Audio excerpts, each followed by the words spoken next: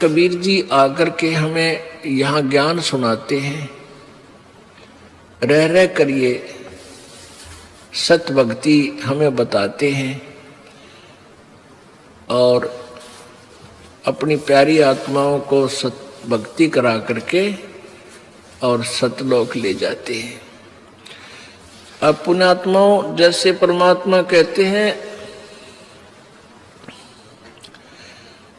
इंद्री कर्म न लगे लगारम, जो भजन करे निर्द्वंद्व रे, गरीबदास जग कीर्ति होगी, जब लग सूरज चंद्रे। अब जैसे मीराबाई जी थी, मीराबाई जी थी, वो भी एक पुण्य आत्मा थी और उसको बचपन से ही ये प्रेरणा थी हो गई कि भगवान की भक्ति करूं। ये पिछले संस्कारों से ही ऐसी दृढ़ प्रेरणा होती है। आप पिछले पुण्यकर्मी प्राणी हो, आपको भगवान की चाह है, बचपन से ही लगे हुए थे। ये दास भी बचपन से ही भगवान में बहुत आस्था रखता था, लेकिन ज्ञान था नहीं। लोक वेद के आधार से हनुमान जी की पूजा करता था, श्याम जी बाबा की पूजा करते थे जो परंपरागत थी। राम कृष्ण को अपना इष्ट मानते थे, विष्णु जी को, और भगवान शंकर की भी। फिर बाकी जितने भी देवी देवता सामने आ जाते, सबकी स्तुति आरती, जय गणेश देवा, कभी संतोषी माता की, कभी किसी की। तो ये सब पूजाएं हम किया करते थे, क्योंकि हम रह नहीं सकते भगवान की भक्ति बिना। ये आत्मा डट नहीं सकती, पुण्य आत्मा जो होती है। तो ऐसे ही मीराबाई जी को बचपन से ही लगन लगी। अब जैसा उसको लोकवेद पता था, लोकवेद के आधार से वो श्री कृष्ण जी को भगवान मानती थी। श्री ठाकुर जी की मूर्ति का अगर डांस करती थी, रोती थी, नाचती थी। और जिसके कारण उसको बहुत सा लाभ मिला। परमात्मा कहते हैं, मात पिता सुत स्त्री, आलस बंधु काणे, संत मिलन को जब चले है, ये अटकावे आने। जब आप सत्संग की तरफ चलते हो तो कौन कौन बाधा करते हैं? मात पिता, छोटे बच्चों को, बेटा बेटियों को तो माता पिता बाधक बनेंगे। वहां नहीं जाओगे, है हमारी इज्जत का नाश हो जाएगा, हम कदे सत्संग में नहीं जाया करते। तो जैसे उनको ज्ञान है इस तरह के वो फिर बाधा करते हैं। और जो बूढ़े हो गए, वृद्ध हैं, उनके बेटे आंट लावेंगे सुत। और जो कोई भगत है उनके, उसकी पत्नी आंट लावेगी पक्का। अब तो खैर समझदार बेटी होगी, नहीं पहले नो का करती तो बोला जा बाबा दो बाबा बनेगा, और वह खड़दू तार देती है, हाय तो बाबा बनेगा, घर छोड़ कर जाकर साका तार दिया करती है। अब नहीं करती ऐसी, अब साथ आती है बेटियां, क्योंकि ये मार्ग जो है घर छोड़ने का कोना, भक्ति प्राप्ति का जो मार्ग है, ये केवल घर छोड़ने तो नहीं मिला है। भक्ति करो, घर पर रहो चाहे बाहर रहो, भक्ति करे, पीछा छूटेगा। वो मंत्र दोनों ही कर सकते हैं, गृहस्थी भी और जो ब्रह्मचारी है वो भी, दोनों पार होंगे। यदि कोई इस बात मांडी पाक रहा, मैं ब्रह्मचारी हूं, मैं पार होऊंगा। कई ऐसे हैं भाई हमारा गुरु तो बालक ब्रह्मचारी है और वो पार होंगे, फिर हम उनको कहते थे, फिर तुम इनका पीछे क्यों फिरो भाई? जब ये पार होंगे तो तुम क्यों पीछे पीछे घूम रहे हो? तुम तो हो ही नहीं सकते, डले ढो रहे हो खाम खा। तो बिना ज्ञान कैसे ही थे। परमात्मा कहते हैं, डेरे डंडे खुश रहो, और ये खुश रहे लेना मोक्ष। और ध्रुव प्रहलाद भी पार हो गए, फिर डेरे में के दोष? यानी गृहस्थी में कोई दोष नहीं है जब ध्रुव और प्रहलाद को तुम पार होया मानते हो। अब ध्रुव ने 5 वर्ष की आयु में भगवान प्राप्ति होगी थी, उसके बाद ब्याह करवाया बालक हुए। ऐसे प्रहलाद ने 10 वर्ष की आयु में परमात्मा प्राप्ति होगी थी, यानी हरदर सिंह बनकर भगवान उसकी मदद में आए थे। और उसके बाद शादी करवाई और फिर बालक हुए, कई 1000 वर्ष तक राज किया। जो बलि राजा था, बलि जिसने अश्वमेघ यज्ञ की थी 100, जिसमें भगवान 52 रूप धारण करके आए थे उसकी यज्ञ में, वो प्रहलाद का पोता था, बैलोचन का बेटा, बैलोचन उनका पुत्र था। तो कहने का भाव गरीबदास जी कहते हैं कबीर जी का दिया हुआ ज्ञान के डेरे डंडे खुश रहो, अपना घर पर रहो या कहीं भी आप हो, डेरे डंडे खुश रहो, खुसरे लहना मोक्ष। यदि केवल ब्रह्मचारी ही रहने से मोक्ष हो जाता, कहते हैं खुसरे ब्रह्म ये जड़े हैं तो सारे पार हो जाते, फिर ये तो बचकतीय बाल ब्रह्मचारी है। कहने का भाव ये है कि दुराचार बुरा है भाई, उपद्र गंदे कर्म गंदे ही होते हैं, लेकिन अपना डेरे डंडे खुश रहो, संतान उत्पत्ति करो, बकवाद मत करो, अपनी भक्ति करो और पार हो जाओगे, कोई दिखता को नहीं। तो ऐसे मीराबाई जी जैसे कहा ना, मात पिता सुत स्त्री और आलस बंधु कान, किसी के तो फिर बेटा बेटी वृद्ध हो जाते हैं तो बेटा बेटी नान दे, 100 तरह की बातें उड़ाओगे, संसार के कहेगा फलान है, कहाँ जाते हो, ये नहीं वो, और फिर या फिर आन ये लोक लाज बंधु कान, और या फिर आलस। जैसे सत्संग में चालन की तैयारी हुई, कल देखूंगा, आज को नहीं चलता। एक भगत बताओ था कि एक बार मैंने कान पकड़ दिए, तो जब भी छुट्टी मिला सीधा भाग गया हूँ, भगवान के अड़ बैठे अमृत वचन सुना। एक बार 5-7 दिन का सत्संग कराया करते हम पहले, उसने छुट्टी भी पहले दिन यूँ कहता है भगवान छुट्टी मिल जाए, मैं 7 दिन सत्संग में सुनूंगा, वह छुट्टी मिल गई, नौकरी करता था। न बोला मैंने सोची कल देखूंगा, कल चलूंगा, और नीत न्यो थी कि लास्ट में 1-2 दिन चलूंगा, इतना रेस्ट करूंगा। अब जिस दिन सत्संग शुरू होना था उस दिन उसका दूसरा सत्संग शुरू हो गया, वहां उसकी बहन का बटेऊ आ गया, उसका जीजा। वो आगे ने बोला मैंने भैंस लेनी है। अच्छा ले भाई, उसने नाटक क्यों करे, ताजी ताजी रिश्तेदारी।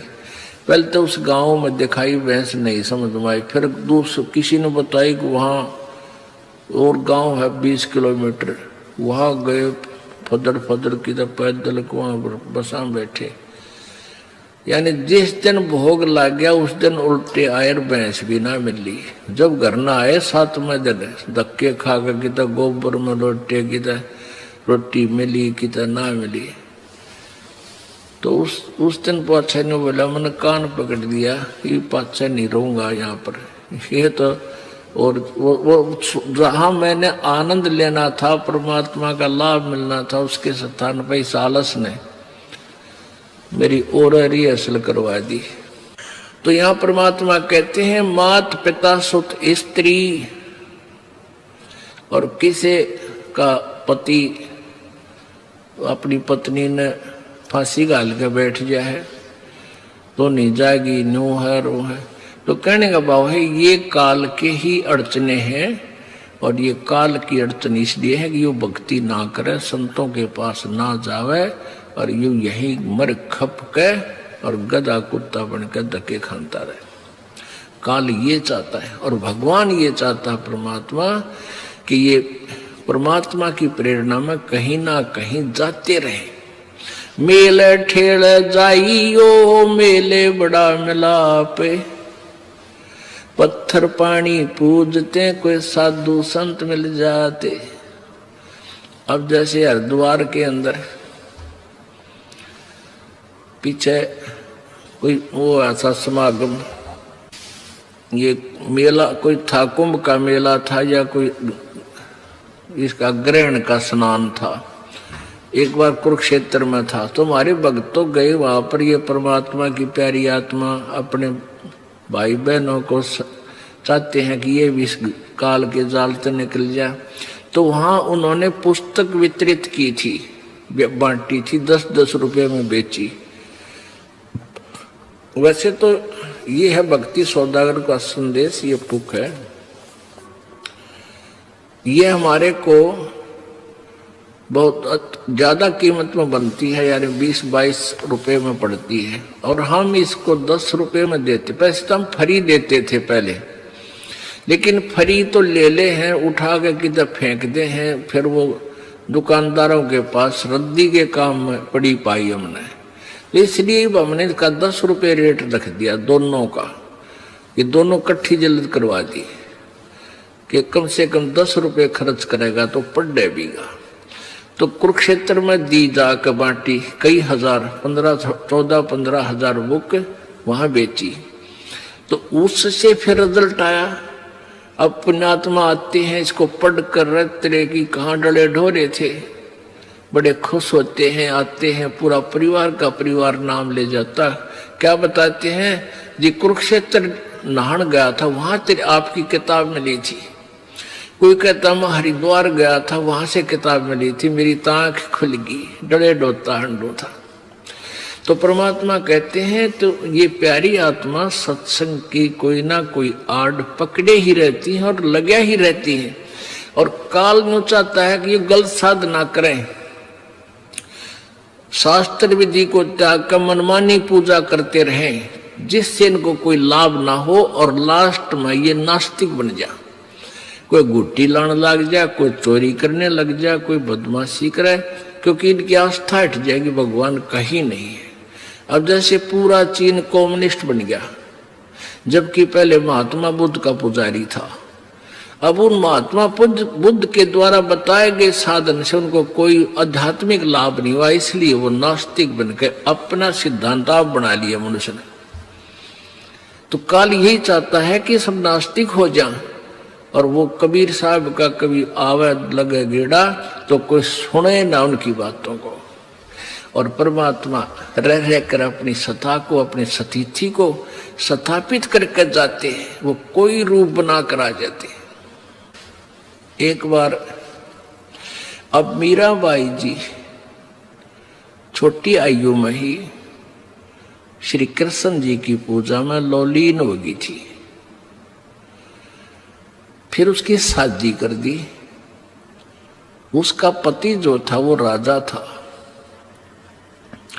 जब उसकी 4 वर्ष शादी को हो चुके थे, उसका संतान नहीं हुई, तब उसके पति की मृत्यु होगी,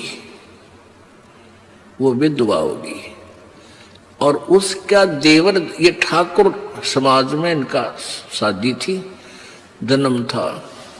और ठाकुर समाज में क्या था कि उनकी बहन बेटियां बहू कहीं बाहर नहीं जाती थी, वो स्वयं ही बाहर से जल लाते थे, पानी भी, वो तो खैर राजा थे, उनके नौकरों की कमी नहीं थी। वैसे भी ठाकुर समाज में अपनी बहन बेटी बहुओं को बाहर नहीं जाने देते थे, पर्दे में रखते थे। वो अपनी इज्जत समझते थे कि हमारी इज्जत बाहर नहीं जाएगी, स्वयं सारा कार्य करते थे। ऐसे समाज में काल ने उस पुण्यात्मा को फिट कर दिया, मीराबाई जी को। अब मीराबाई जी मंदिर में जाती थी। उसका पति जो था वो बहुत धार्मिक व्यक्ति था, बहुत नर्म आत्मा का था, राजा था। तो मीराबाई मंदिर में जाती थी, तो कुछ एक लोगों ने विरोध किया, घर वालों ने भी, गांव वालों ने भी, चर्चा चली सुरसुर। तो उसको मना किया, कहा कि इसको मना करो, ये सत्संग में ना, मंदिर में ना जावे, हमारी इज्जत है। तो मीराबाई से उसके पति ने एक आध बार कहा भी, कि आप यही भक्ति कर लो। तो कहने लगी नहीं जी, मैं तो, मेरी तो आस्था ठाकुर जी में है। हमारी सबकी ऐसी श्रद्धा थी कि मंदिर में भगवान है। ऐसी दृष्टि से मीराबाई कहने लगी जी मैं तो मंदिर में जरूर जाऊंगी। तो उस प्यारी पुण्यात्मा ने ज्यादा विरोध नहीं किया, वो भगवान से डरने वाला था। तो उसके रहते वो मंदिर में जाती और आती थी। उसकी मृत्यु के बाद उसका देवर जो है, उसके पति का छोटा भाई, वो राजगद्दी पर विराजमान हो गया और उसने मीराबाई पर प्रतिबंध लगा दिया कि तुम मंदिर में नहीं जाओगी। वो कहने लगी देखो जी, मैं मंदिर में अवश्य जाऊंगी, मैं भगवान बिना रह नहीं सकती। उसने हर तरह से उसको समझाना चाहा कि तुम, हमारी इज्जत है, पहले तो भाई जीवित था, हमें कोई दिक्कत नहीं थी, अब भाई जीवित है नहीं, दुनिया पता नहीं के बात बनावेगी और मैं तुझे कति अलाउड नहीं करूंगा। वह बोली जी आपकी मर्जी, कुछ भी करो, मैं तो जाऊंगी, मेरा दिल नहीं, मैं नहीं रह सकती भगवान बिना, मैं वहां जाऊंगी मालिक के दरबार में, मंदिर में। अब उसने बहुत कुछ कहा पर ना मानी। तो उसने सोचा इसको मार दूं, वैसे सीधा मारूंगा तो बदनामी, फिर इसके माता पिता भी, रिश्तेदार भी फिर मेरा विरोध करेंगे, कोई उपद्रव ना हो जाए। तो इस दृष्टिकोण से उसने और चाल चाली,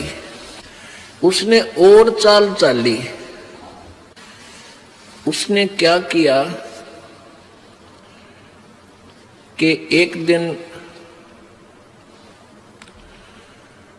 अपने बच्चे का जन्मदिन मनाया।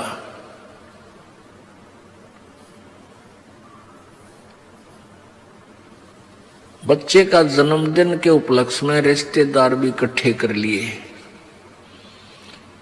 और उधर से एक इस जो ये सर्प रखता सपेरा, उससे बात कर ली कि एक ऐसा सर्प ला दे जो एक बार डसते मर जाए आदमी, पानी ना मांगे। तो सपेरे ने ऐसा ही सर्प ला दिया कि ये लो जी, एक बार उसमें बंद कर रखा था एक जो गहने होते हैं ना, गहनों का एक बॉक्स हुआ करता पहले, डब्बा अलग से बड़ा, इतना बड़ा, क्योंकि कई तरह के गहने था में चांदी के, इतना बड़ा हुआ करता बॉक्सा हमने देखा। और उसमें रख दिया कि इसमें डाल दिया है और इसके खोलते माथे में डंक मारेगा यो, और मारते ही फिर पानी भी नहीं मांगे। तो उसने गहनों के डिब्बों में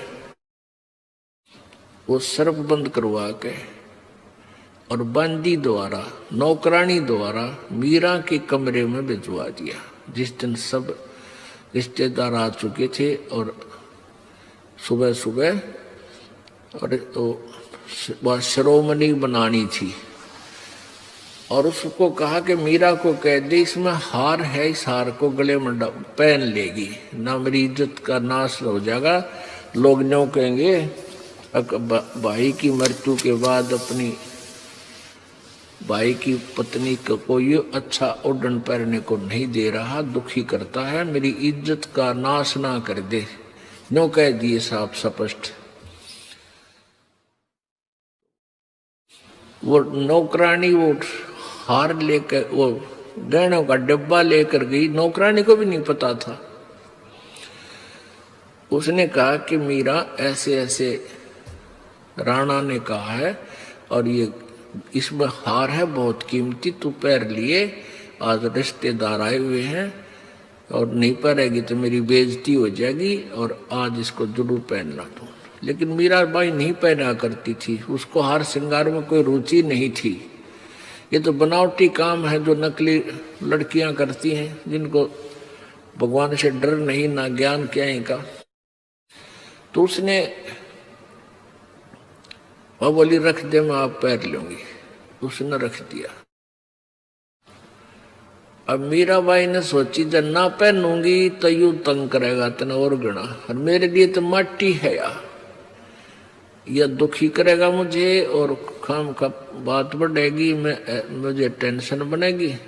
मैंने सोची इस हार ने पैर लेती हूँ, 2 घंटे गाल लूँ गल में इस माटी ने। तो यूं करके उसने डब्बा खोला, उसमें एक जो हार था वो हार नहीं था, उस सर्प का हार बन गया। इतना सुंदर हार बन गया सर्प का, गले में डाल लिया उसने।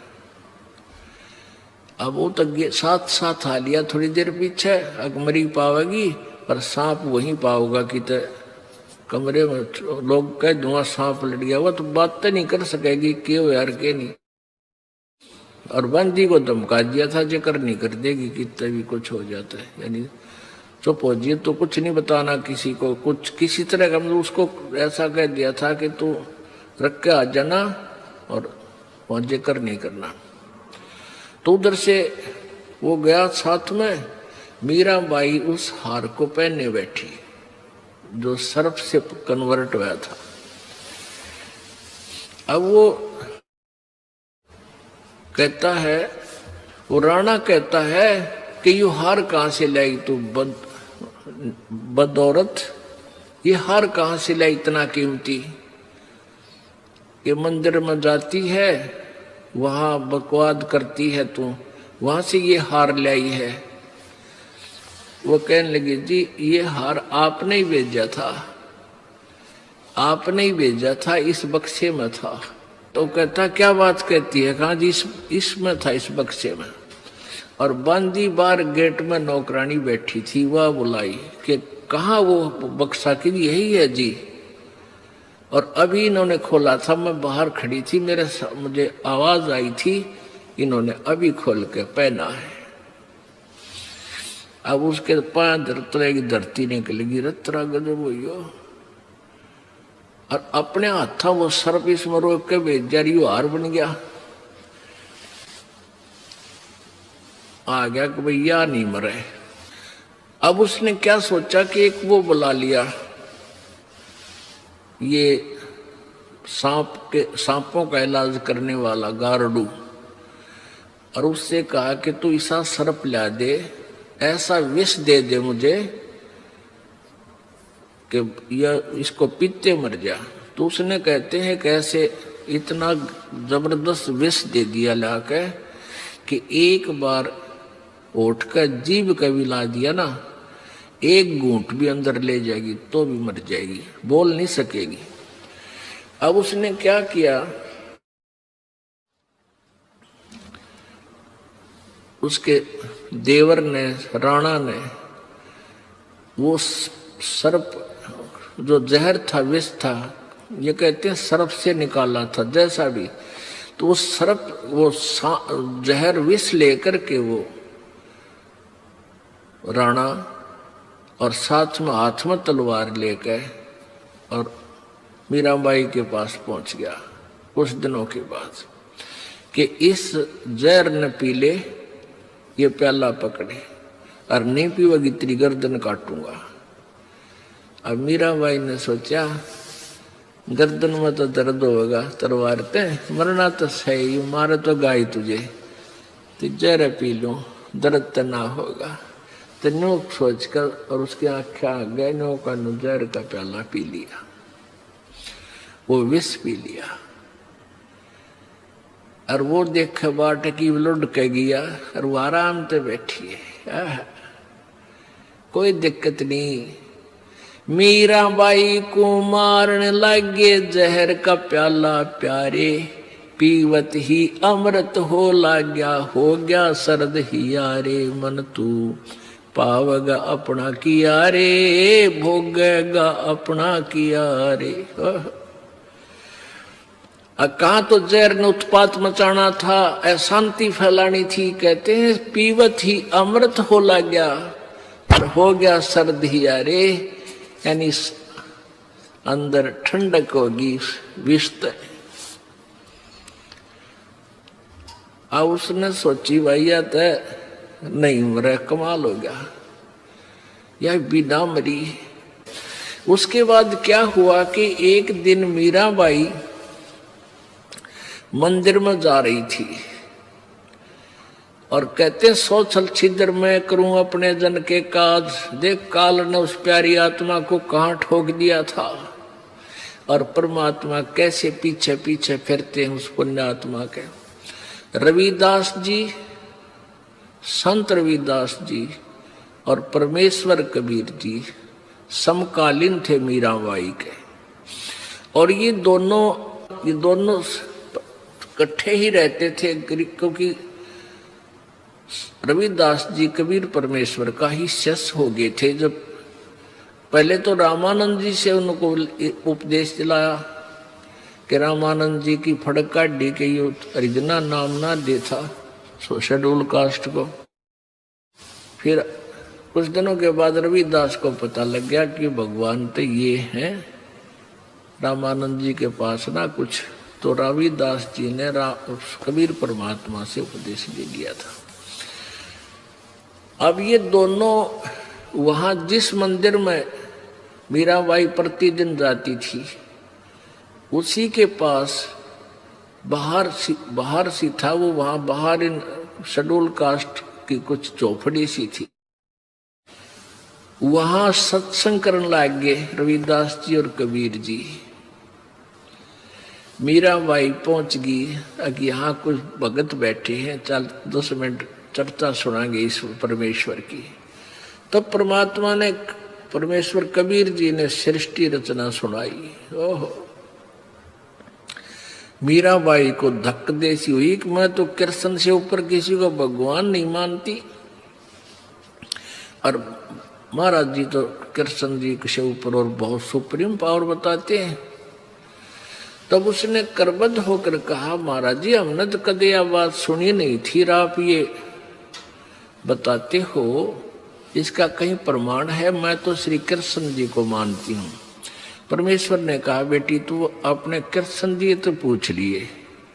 वो कहती थी कृष्ण जी मेरे पास आते हैं, सामने दिखाई देते हैं, मुझे साक्षात बातें करते हैं, पर तू अपने कृष्ण जी तो पूछ लिए उस तो ऊपर कोई शक्ति है कि नहीं। और जब तेरा श्री कृष्ण कह दे फिर क्या करेगी, फिर मैं आपके चरणों में आ जाऊंगी। महाराज मन तो आत्मा कल्याण करवाना, जैसे आप बता रहे हो भाई इनकी पूजा करने से भी जन्म मृत्यु, इनकी पूजा करने से भी फिर यही रहेंगे। मैं तो इस जन्म मृत्यु के रोग में कति रहना नहीं चाहती। भगवान मैंने देख लिया खूब बड़ा, कोई किसी का कोई। और ब्याह हुआ, खुशी मनाई, 4 साल में पति मर गया। बताई किस पे खुशी मनाऊं? यहाँ पर के चीज है जो अपनी मानू में? कति मेरा दिल हट चुका है इस गंदे लोग तय। तो उसने फिर लागी पुकार कर रोने लगी। श्री कृष्ण जी प्रकट हुए,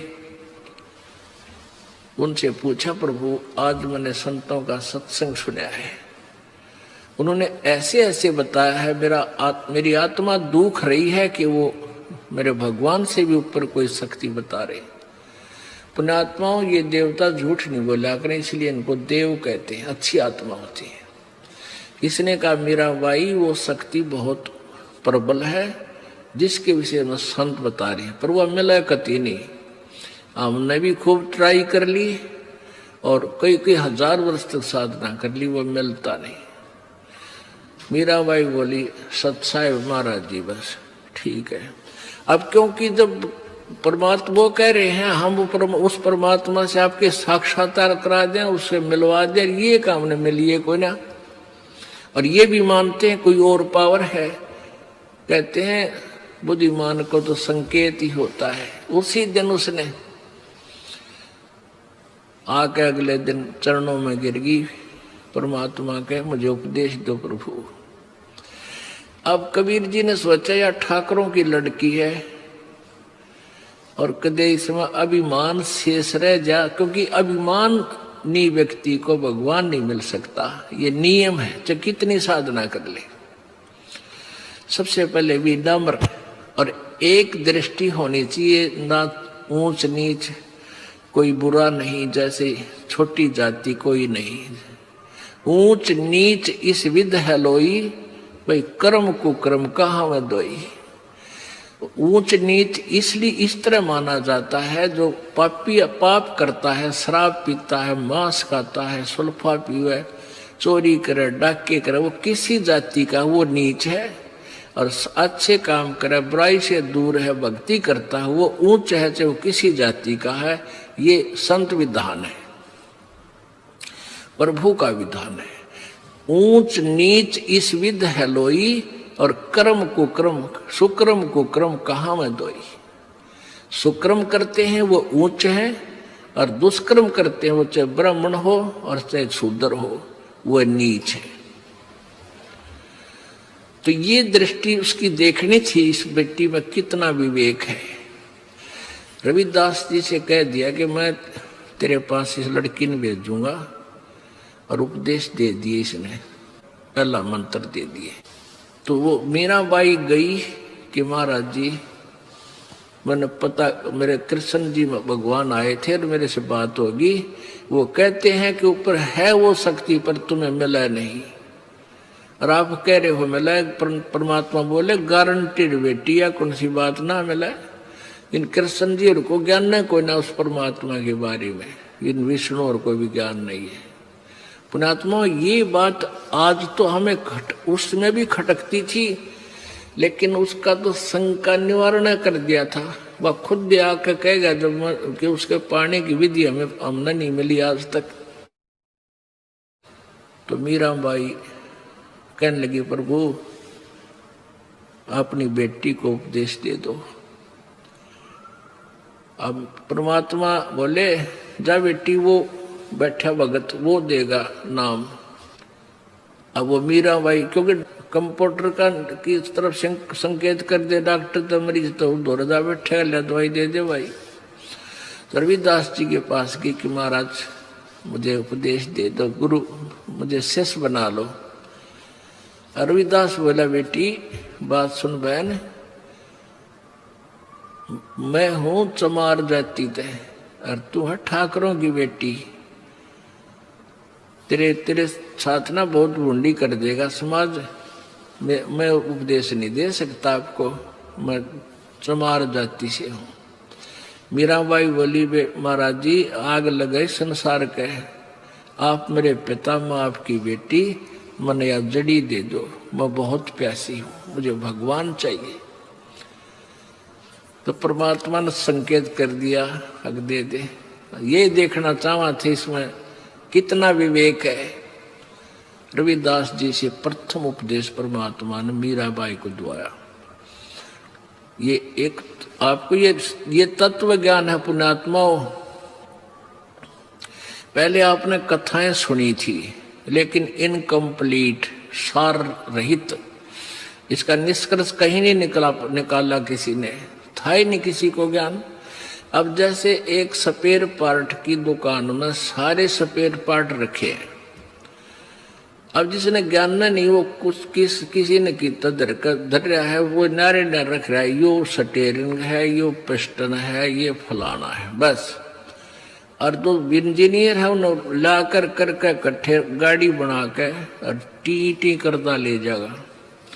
तो ऐसे तत्वदर्शी संत, ये कथाएं भी आपके पास थी, ये ज्ञान भी थे, स्पेयर पार्ट जेन्युइन थे। ये कथाएं थी, ये अपने सदग्रंथ थे, इनमें जो ज्ञान था ये जेन्युइन स्पेयर पार्ट्स थे। ये तत्वदर्शी संत इसकी गाड़ी बना के राम नाम की और अपना सतलोक चल पड़ेंगे।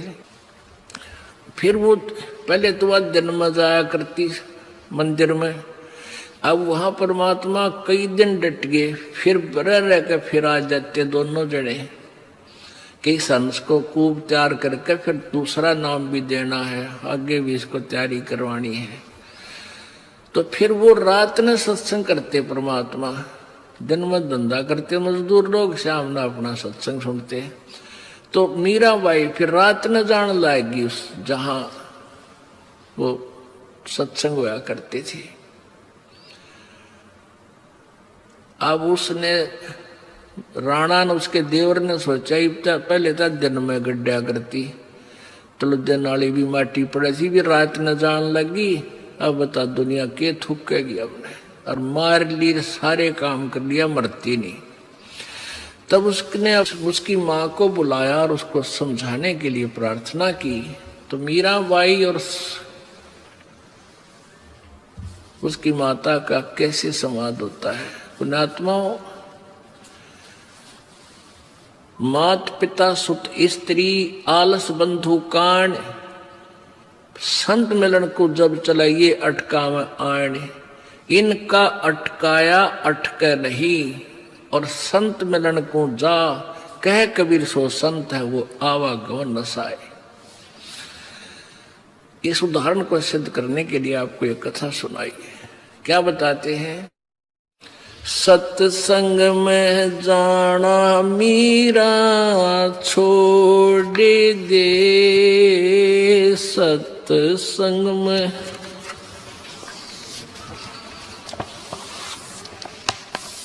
आए मारी लोग करें तकरार, सत्संग में जाना मीरा आए मारी लोग करें तकरार, सत्संग में जाना मीरा। सत्संग में जाना मेरा ना छूटरी, सत्संग में जाना मेरा ना छूटरी। आरी चाहे जड़ के मरो संसार, सत्संग में जाना मेरा। हारी चाहे जड़ के मरो संसार, सत्संग में जाना मेरा। थारे सत्संग के राय में, थारे सत्संग के राह में आए वहाँ पर रहते हैं काले नाग, कोई कोई नाग तन डस लेवे। आए वहाँ पर रहते हैं काले नाग, कोई कोई नाग तन डस लेवे। जब सतगुरु की मेरे फेरी, जब गुरुओं की मेरे फेरी। आरी वे तो सरप गंडे वे बने जाव, सत्संग में जाना मेरा। हारी वे तो सरप गंडे वे बने जाव, सत्संग में जाना मेरा ना छूटरी। हारी वे तो सरप गंडे वे बने जाव, सत्संग में जाना मेरा। सत्संग में जाना मीरा छोड़ दे, सत्संग में जाना। हाय मारी लोग करें तकरार, सत्संग में जाना मीरा। सत्संग में जाना मेरा ना छूटरी, हाँ सत्संग में जाना मेरा। हारी चाहे जड़ के मरो संसार, सत्संग में जाना मेरा। थारे सत्संग के राय में, थारे सत्संग के राय में आए वहाँ तो रहते हैं बब्बर शेर, कोई कोई शेर तन खा लवे। आए वहाँ पर रहते हैं बब्बरी शेर, कोई कोई शेर तन खा लवे। जब गुरुओं की मेरे फेरी, जब गुरु आरी वे तो शेरों के गिदड़ बने, जाव सत्संग में जाना मेरा। आरी वे तो शेरों के गिदड़ बने, जाव सत्संग में जाना मेरा। सत्संग में जाना मीरा छोड़ दे, सत्संग में जाना मीरा। हाय मारी लोग करें तकरार, सत्संग में जाना मीरा। आए मारी लोग करें तकरार, सत्संग में जाना मीरा छोड़ दे। सत्संग में जाना मेरा ना छूटरी, सत्संग में जाना मेरा ना। हारी चाहे जड़े कमरो संसार, सत्संग में जाना मेरा।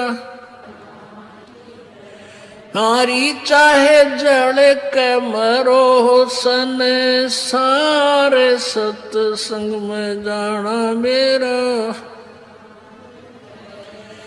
थारे सत्संग के बीच में है, थारे सत्संग के बीच में आए वहाँ पर रहते हैं साधु संत, कोई कोई संत तन ले रम।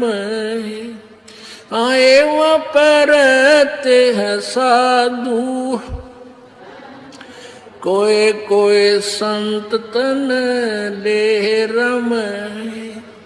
तेरे री मन में मता पाप हैरी, तेरे री मन में मता पाप हैरी।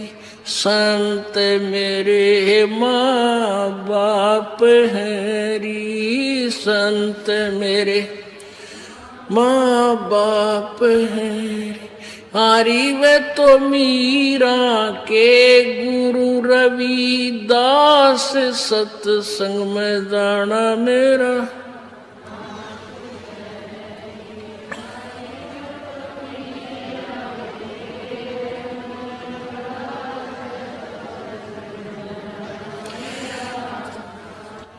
थारे सत्संग के बीच में है, थारे सत्संग के बीच में आए वहाँ पर रहते हैं साधु संत, कोई कोई संत तन ले रम है। आए वहाँ पर रहते हैं साधु संत, कोई कोई संत तन ले रम।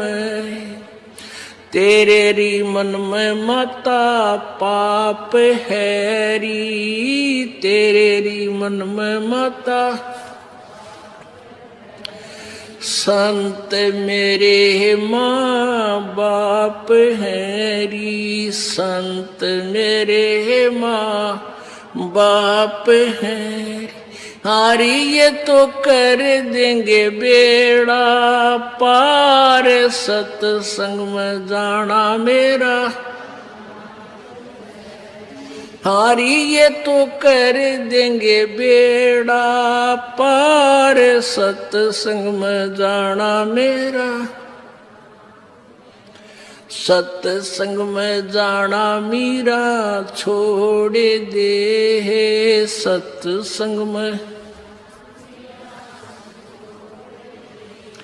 आए मारी लोग करे तकरार, सत्संग में ए हाय मारी लोग करें तकरार सत्संग में, सत्संग में जाना मेरा ना छूटेरी, सत्संग में जाना मेरा ना छूटेरी। हारी चाहे जड़ के मरो सन सारे, सत्संग में मेरा ना छूटे। वो तो हो जात मारे है, वो तो हो जाती चमार है, इसमें हमारी आर है, इसमें हमारी आर है। तेरे री लेख माता चमार है री, तेरे री लेख माता मेरा सिरजन आर है री, मेरा सिरजन हैरी। हारी वो तो मीरा के गुरु रविदास, सत्संग में जाना मेरा। हारी वे तो मीरा के गुरु रविदास, सत्संग में जाना मेरा ना छूटरी। हारी वे तो मीरा के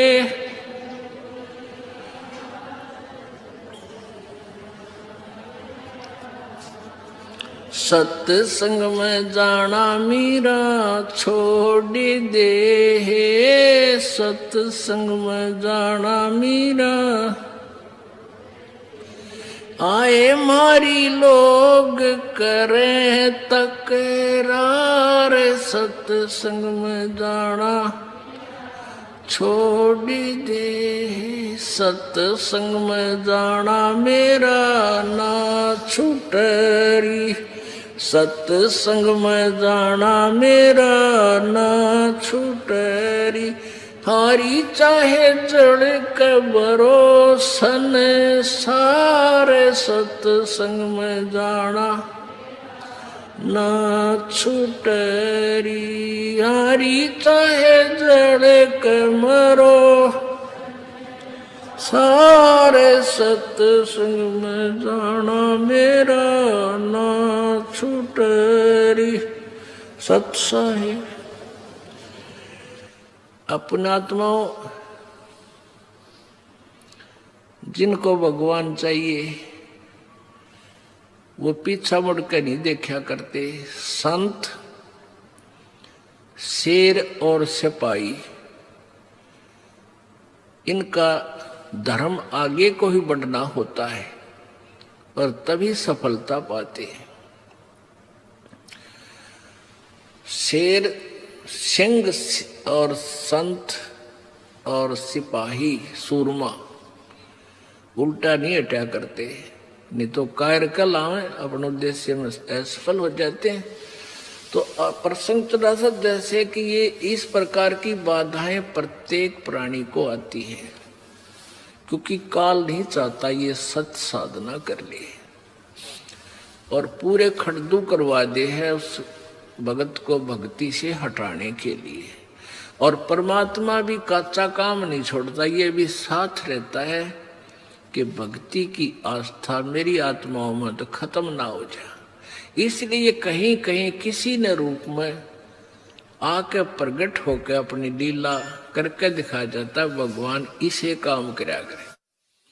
अब यहाँ प्रसंग उठेगा पुण्यात्माओं आपके दिमाग में कि भाई मीराबाई अब जैसे श्री कृष्ण जी की साधना करती थी भगवान विष्णु की, और मनमाना आचरण करती थी कि उसने कोई गुरु गारू तो था ही नहीं, अपने जो भी किसी तक सुन लिया वही मंत्र जंत्र आप शब्द उसके बना के गाया करती थी, महिमा गाती फिरती थी।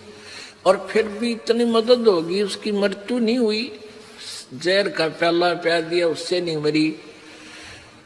और सर्प का भी हार बन गया, 9 लखा हार कीमती। तो क्या ये भगवानों की भक्ति से हमें मोक्ष नहीं हो सकता? पुण्यात्माओं, परमेश्वर कबीर जी के इस तत्व ज्ञान के दर्पण में जब देखेंगे दूरबीन से, तब समझ में आओ गया कहानी क्या है। पिछले ही पुण्य से होते हैं पूर्ण हंस मुराद। पिछले ही पुण्य कर्मों से ऐसे वो पूर्ण परमात्मा कबीर जी ही अपनी उस प्यारी आत्मा के संस्कार वश ऐसी मदद करता है ताकि भक्ति की आस्था भगवान में, भगत की आस्था भगवान में बनी रहे। और उसके पुण्य थे ऐसे, उसको बचाना था मालिक ने। कबीर जी ने आकर, परमेश्वर जी ने आकर उसकी रक्षा की। अब ये एक बात विचार करना, अब जैसे महाभारत में एक कथा आती है कि एक टटीरी नाम की एक टटीरी थी, पक्षी होता टटीरी, और उसने महाभारत के उस कुरुक्षेत्र के मैदान में अंडे उत्पन्न कर दिए जमीन पे, और उधर से महाभारत का युद्ध होने के लिए सेना इकट्ठी होने लगी। तब उसने प्रार्थना की, ना तो राम की भक्ति जानी थी, ना कृष्ण की, ना कि तो मंदिर में जा थी, ना गुरुद्वारे में। अब उसने अर्ज की है, भगवान मेरे बच्चों की रक्षा करना, मेरे अंडों की रक्षा करना। कहते हैं इंद्र के हाथी का स्वर्ग से एक वो घंटाला टूट गया। पहले से तगड़े तगड़े हाथी हैं इंद्र के, बहुत बड़े बड़े, और काफी बड़ा घंटाला। ये टाली बजाया करना, जैसे मंदिरों में देखी हो, इसका समझ बहुत बड़ा प्रारूप, बहुत बड़ा हो जो घंटा। जैसे आप इस मोबाइल फोन में देखते हो अलार्म बजा कर इसमें घंटी ही बाजें छोटी छोटी, ऐसे बहुत बड़े हाथी के बंदे होते थे। जैसे हाथियां के तौर भी घंटाले हाथी एक एक मन के हों से पूरे बड़े बड़े, और उस स्वर्ग के देवता इंद्र के हाथी का तो कई मन का था, वो हजारों मन का बताते हैं। तो वो आकर टूट कर उस अंडा के ऊपर पड़ गया। वो ना तो उन पर हटे किसी पे, ना उन कोशिश की, उसके बराबर का युद्ध होता रहा, जहाँ 18 करोड़ सेना आपस में लड़कर मर गई। 7 अक्षौणी पांडवों की, 11 अक्षौणी कौरवों की, और उन अंडा के आंच भी नहीं आने दी। वहां कत्लेआम हो गया, आग लगी, अग्नि बाण छूटे थे, और टटीरी के अंडे बचा दिए। उसकी पुकार करते वह किसकी भक्ति करे थी? पिछले ही पुण्य से होत है पूर्ण हंस मुराद, और करता कौन है? गीता जी अध्याय नंबर 15 के श्लोक नंबर 16 और 17 में 3 पावर बताई है। प्रभु स्वामी एक सरपुरुष, सरपुरुष यानी यो ब्रह्म, और अक्षर पुरुष ये पर ब्रह्म। और 15वें अध्याय के 16वें श्लोक में इसके विषय में, इन दोनों के विषय में कहा है कि ये भी नाशवान है, इनके स्थूल शरीर, और इनके प्राणी जितने इनके लोक में, उनके भी शरीर स्थूल नाशवान है। ये नाशवान है, केवल जीव आत्मा विनाशी है। और फिर 17वें श्लोक में कहा कि उत्तम पुरुष है तो अन्य परमात्मा इति उदाहरते। ओहो, और ये लोग तरम अविश्ववर्ती अवैश्वर है, वो श्रेष्ठ भगवान तो इन दोनों से भी कोई और है, और वही भगवान परमात्मा कहा जाता है। वही तीनों लोकों में प्रवेश करके सबका धारण पोषण, यानी किसी के आपत्ति भी आती है तो वही परमात्मा आके गुप्त रूप में उसको निवारण करता है। नथिंग एल्स, कोई नहीं कर सकता। अब ये दूसरी बात है कि जैसे कोई वो अपने आप बड़ाई नहीं लेता, जैसे नरसिंह रूप बनाकर आए थे, प्रहलाद की रक्षा की परमेश्वर कबीर जी ने, और वो विष्णु जी का पुजारी था, और विष्णु रूप धारण कर लिया आखिर में, ताकि इसका दिल डटा रहेगा।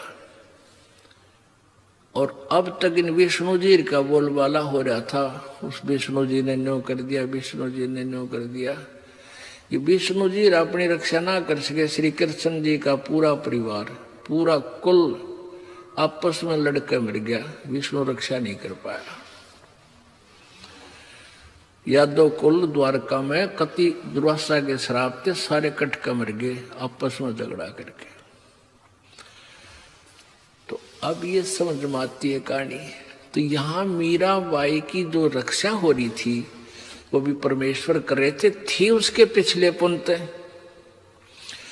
अब यदि वो सत भक्ति नहीं करती मीराबाई, कुछ दिनों में वह बैटरी डिस्चार्ज हो जाती और अगले जन्म में वह पशु योनि में जाती। लेकिन ऐसी प्यारी आत्माओं को परमात्मा आके संभालते हैं और उनको फिर रिचार्ज कर जाते हैं। अब मीराबाई सत्संग में आने लगी, आती रही, फिर ज्ञान हुआ। मीराबाई को पूरा ज्ञान हुआ। रविदास जी ने कहा, बेबे, बहन, बेटी, ये परमात्मा आ रहे हैं और इनसे उपदेश की प्रार्थना कर तू। ये कबीर जुलाहा, इनसे नाम ले, पूर्ण मोक्ष मार्ग इनके पास है और मेरे पास मार्ग नहीं है। ये तो एक लीला की थी, आपको परमात्मा की तरफ खींचने की, और आपको ये दिखाना चाहते थे कि देखना चाहते थे तो भगवान चाहती है, समाज चाहती है। बेटी, आपने सचमुच, आप अधिकारी हो, भगवान ने चाहा, अपने समाज को नहीं देखा। तो फिर कबीर परमेश्वर जी ने उस प्यारी आत्मा को सतनाम प्रदान किया। और उससे, क्योंकि जिसको सतनाम दिया जाता था वो अति अधिकारी होते थे और उनसे सौगंध खिला दी जाती थी, इसका जिक्र नहीं होगा कितना भी, बता नहीं देगी कितना। यदि तूने ये बता दिया तेरा नाम खंड हो जाएगा, समाप्त हो जाएगी, भक्ति नहीं रहेगी। तो जिसने भगवान चाहिए वो तो लाल है, उसकी छाती के लाए फिरेगा, कौन देगा दूसरे ताई? मूर्ख आदमी होगा, क्योंकि परमात्मा ने स्मारक को यहाँ छुपा के रखना था। अभी तक ये मूल ज्ञान को, मूल नाम को छुपा के रखना था। कुछ एक पुण्यात्माओं को दिया जिससे उनकी कल्याण हुआ। अब मीराबाई ने जब ज्ञान हो गया, तत्व ज्ञान हो गया, और उधर से उसके देवर की गुरकी खत्म नहीं हुई। कभी किसी बात पर टोक रहा है, कभी किसी बात पर बकवाद करने से नहीं बाज आ रहा है। तो उसने घर त्याग दिया। पुण्यात्माओं, अभी तक आपने जो मीराबाई के बारे में यही सुना था, कच्चा पक्का सा ज्ञान, अधूरी सी कथाएं थी। अब एक बात विचार करने की है कि ये थी मीराबाई जी समाज के दबाव में आ गए और भक्ति मार्ग से हट जाती, आज मीराबाई को कोई याद नहीं करता। ना जाने कितनी बहन बेटियां मरती हैं और कुतिया बनी अंडे। वो खानदाना की बहू, दोनों की हमारी इज्जत का नाश हो जाएगा। जब सत्संग में हमारी बेटी बहू चली गई थे, वो कुतिया बनी अंडे। क्या बताते हैं परमात्मा? कबीर हरि के नाम बिना ये नार कुतिया हो, गली गली भौंकत फिरे फिर टूक न डाले कोई। कबीर परमेश्वर जी के, गरीबदास साहिब जी कबीर परमेश्वर के द्वारा प्राप्त ज्ञान से क्या सेकंड करते हैं, समर्थन करते हैं। पर्दे बीबी रह थी और डोडी लगे थी बारे, अब गात उगाड़े फिरती है वो बन कुतिया बाजारे। वो बीबी, बड़े बड़े अधिकारियों की पत्नियां, राजाओं की रानियां पर्दा में रहा करती थी, एडी से लेकर चोटी तक, या वैसे गेट पर पर्दा रहता था और सामने डोरडी लगा करती थी। औरतें वहां बैठा दी जाती थी कि इधर कोई पुरुष प्रवेश ना कर जा, या ऐसी वैसी स्त्री ना आ जा जो कोई हमारे पुत्र वधू को या पत्नी को कोई चर्चा ना कर दे, किसी चीज की मिसगाइड ना कर दे, लड़ाई करवाई जाए। इस तरह की बहुत प्रतिबंध होते थे और घर से बाहर नहीं जाने देते थे। ऐसे ही ठाकुर लोग भी अपनी बहन बेटियों को बाहर नहीं जाने देते थे। तो क्या बताते हैं कि वो बीबी पर्दे रहा करती और सामने पहरेदार खड़े रहा करते, और सत्संग आदि कहीं जाने से मनाही होती थी कि हमारी इज्जत का नाश हो जाएगा, हमारी बहन बेटी बाहर चली गई तो सत्संग सुन दे। आज वही बहन बेटियां मृत्यु के बाद कुतिया बनकर निवस्त्र घूम रही हैं, सैर सपट्टे कर रही हैं, धर्मशाला का आगे के बाजार के अंदर सरेआम घूम रही हैं। बीबी पर्दा रहे थी, वह डोडी लगा थी बार, अब गा तो गाड़े फिरती हम बन कुतिया बाजार। वो पर्दे की सुंदरी सुनो संदेशा मोर, और गा तो गाड़े फिरती हम करे सरा में सोर। अब वो कुतिया बनकर वो राजा की रानियां और उच्च घरानों की पत्नियां, बेटियां, बहन बेटियां कुतिया बनकर धर्मशाला के सामने, और एक रोटी के एक ग्रास के लिए अतिथि खाना खा रहा है, वो मुंह की तरफ देख रही है, न्यू शायद अब के टूक तेरी तरफ आवे। और जब वो मनुष्य जीवन में थी, वो नालायक आत्मा काजू किशमिश के और बादामों से युक्त हलवे खाया करती, खीर, और जूठे छोड़ा करती, क्यों पिछला पुण्य था। और उसके जूठे छोड़े होकर नौकरानियों के बच्चे और नौकरानियां खाती थी। और आज परमात्मा की भक्ति ना करने से वो एक टूक के लिए तरस रही है, क्योंकि वह बैटरी डिस्चार्ज होगी, पहले पुनों की हुई थी, आगे चार्जर लाया नहीं।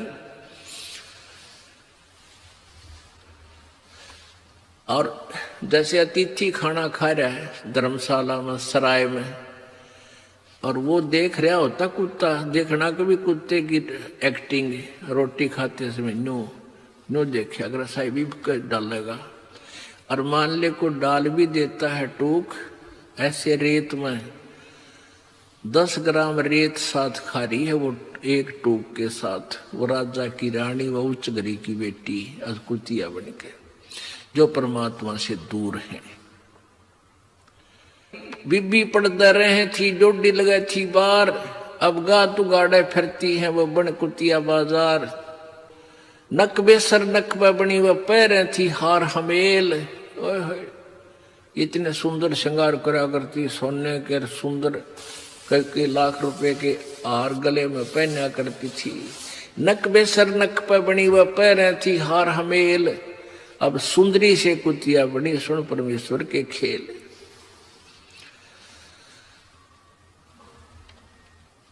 तो पुण्यात्मा, हमने परमात्मा ये बताना चाहते हैं कि